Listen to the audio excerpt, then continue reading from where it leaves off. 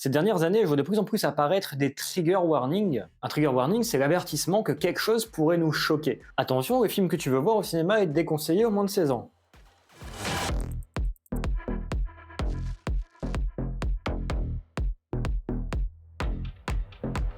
On en voit apparaître sur internet maintenant dans certaines vidéos. Attention, on va prononcer des gros mots.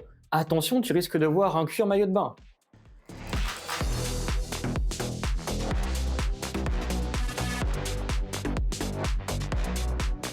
Il commence à y avoir des trigger warnings pour absolument tout, et on pourrait se demander est-ce qu'on serait pas en train de devenir des chochottes? Eh bien je vais vous proposer une autre réponse à ça. Peut-être qu'on est de plus en plus en train de refuser ce qui nous tire vers le bas. Peut-être qu'on est en train de monter en niveau de conscience et que c'est pas fini.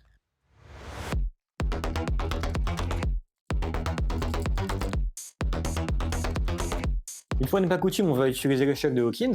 Quand on va voir un film d'horreur, on est prévenu que ça va faire peur. Attention, ce film va vous faire peur. Une fois sorti du cinéma, vous allez croire que le monde est effrayant. Vous allez être poussé à vous isoler tout seul chez vous et à retrouver votre doudou magique. C'est pour ça qu'on a un trigger warning avant des films d'horreur. C'est parce que certaines personnes vont être déterminées à vivre l'entièreté de ce niveau de la peur et même à y rester coincées. En fait, la relation qu'on a avec des objets culturels, elle peut être toxique comme des relations avec des êtres humains. Par exemple, je me souviens à l'époque, quand je matais beaucoup de conférences sur la collapsologie, la collapsologie, il n'y avait pas de trigger warning, mais pourtant ça avait tous les effets du niveau de la peur. Ça me poussait moi à rester chez moi, à m'isoler et à serrer dans mes bras très fort mon doudou magique. C'était mon chat à l'époque. Et la collapsologie a créé toute une vague d'éco-anxiété qui a fait qu'il y a toute une génération qui avait trop peur pour vivre, qui ne voulait plus faire d'enfants parce que le monde de demain sera pire que le monde d'aujourd'hui, donc à quoi bon? Pire encore, ça tirait les gens vers le bas, la vision du monde devenait sans espoir, apathique, et c'est pour ça que quand Greta Thunberg est venue tout en colère reprocher aux adultes d'avoir échoué dans leurs ambitions écologiques, elle a fait remonter ce sujet au niveau 150. Ça peut paraître ridicule, mais au niveau 150, on est prêt à se battre, on ne se laisse plus abattre.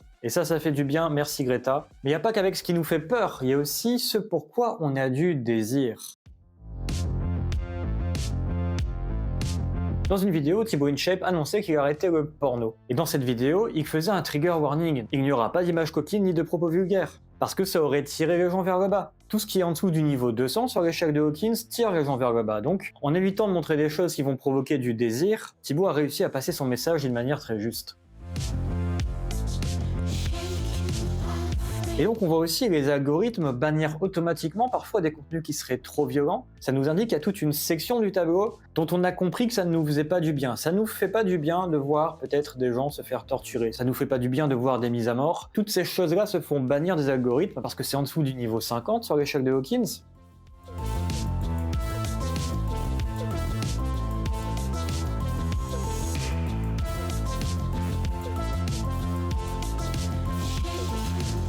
Et ça ne nous fait pas du bien non plus de voir des choses qui nous font peur, ça ne nous fait pas du bien de voir des choses qui nous provoquent du désir et qui vont nous enfermer dans une boucle de désir. On est vraiment à l'époque parfaite pour ça. Et d'après l'échec de Hawkins, quelles sont les prochaines étapes? Quels sont les prochains et derniers trigger warnings?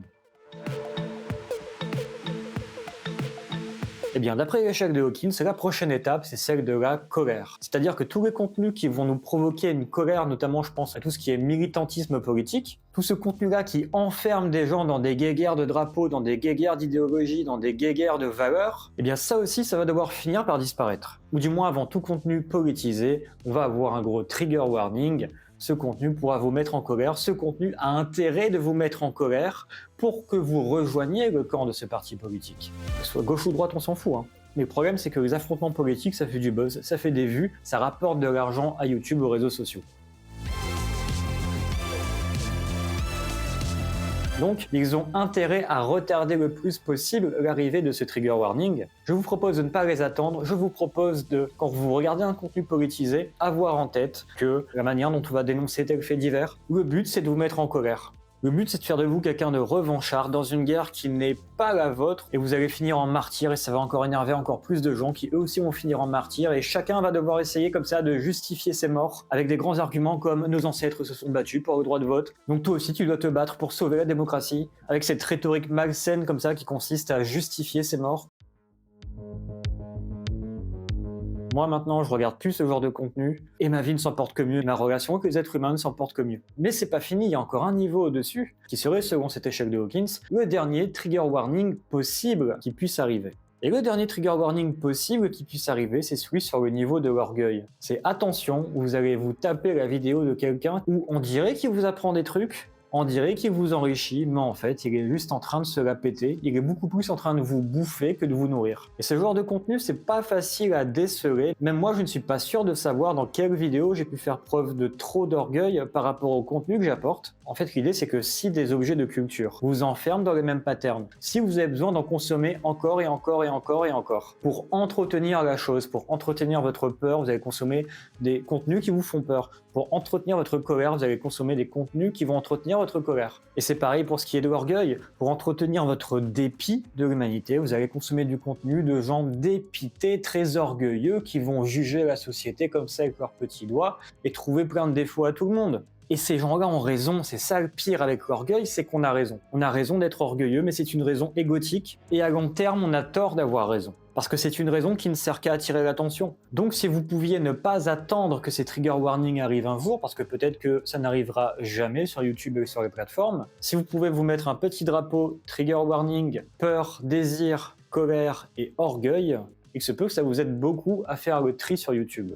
Et au-delà de ce niveau de l'orgueil, on arrive à la section haute de l'échelle de Hawkins, et à cet endroit, les trigger warnings ne sont plus nécessaires puisque les contenus sont forcément plus courageux, inspirants et intelligents que tout ce qui était en dessous du niveau 200. Si je regarde un peu sur mes suggestions YouTube, qu'est-ce qu'on a comme contenu qui est proposé? Premièrement, on a de la musique énervée pour faire du sport. Ça, je vais garder. Deuxièmement, on a un Victor Ferry qui dit que l'intelligence artificielle d'Elon Musk serait woke. Ça ne va pas. Vous voyez, je vous parlais du niveau de l'orgueil. Là, on est en plein dedans. Peut-être que la vidéo est très bonne, mais la miniature de Victor Ferry est empreinte d'orgueil, et du coup, elle m'abrutit plus qu'elle me rend intelligent. C'est dommage, j'aime bien Victor Ferry, mais je ne mettrai pas cette vidéo. Et en plus, là, il y a un truc qu'on remarque souvent, c'est la posture de pervers narcissique qui dit « je suis ok, tu n'es pas ok ». Moi, Victor Ferry, je suis ok.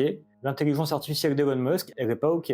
On a le cul entre deux chaises entre le goût pour soi et le dégoût pour l'objet d'autrui. Et parce qu'on a le cul entre deux chaises, on comprend pas trop le discours en fait. Alors évidemment, si moi j'aime bien taper sur les woke, ça va me parler, mais c'est pas spécialement mon cas, vous savez que je suis plus subtil que ça. Alors, pédopsie, l'alerte les dangers, transition des enfants. Ça pareil, c'est une chaîne qui joue beaucoup sur le niveau de la peur, jamais je regarde ce contenu. Même si ce que le mec dit est pertinent, le fait qu'il le dise sous le ton de la peur, ça me donne pas envie de lui faire confiance. Ensuite, Thibaut InShade, nouveau chapitre. Ça, je suis curieux de voir. Thibaut, il nous sort souvent des vidéos qui sont au niveau du courage, voire au-dessus du niveau du courage. Donc ça, pour moi, c'est un oui, ça fait partie des vidéos que je vais regarder. Ensuite, de la musique détente, je garde. Ensuite, de la zététique, non, du drama zététique. Bon, le drama zététique, on est en dessous du niveau 200. Hein. Ça va du niveau du chagrin, du ouin-ouin, jusqu'au niveau de la colère et de l'orgueil. Par exemple, Mandax porte plainte contre la Berkane, qui porte plainte contre Mandax, qui porte plainte contre la Berkane. Orgueil, orgueil, orgueil, orgueil. Est-ce que j'ai que ça à foutre de ma vie en fait?